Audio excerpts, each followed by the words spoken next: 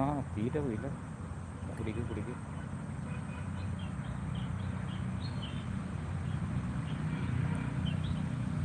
ഈ തീറ്റ ഒന്ന് ആണെങ്കിൽ ചോദിച്ചോണ്ടിട്ടോ, പറഞ്ഞുതരാം.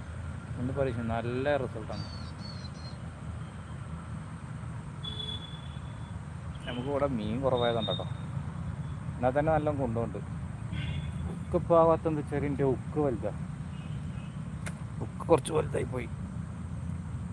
ഒന്നും കൂടി ചെറിയ ഉക്ക് കണ്ടിന്, എന്നാൽ അതൊക്കെ പോന്നി. നല്ല റിസൾട്ടാണ്. തീറ്റ പാണി പറഞ്ഞിട്ടുണ്ട് കേട്ടോ. ഒന്നുകൂടി പറഞ്ഞുതരാം. ആട്ട,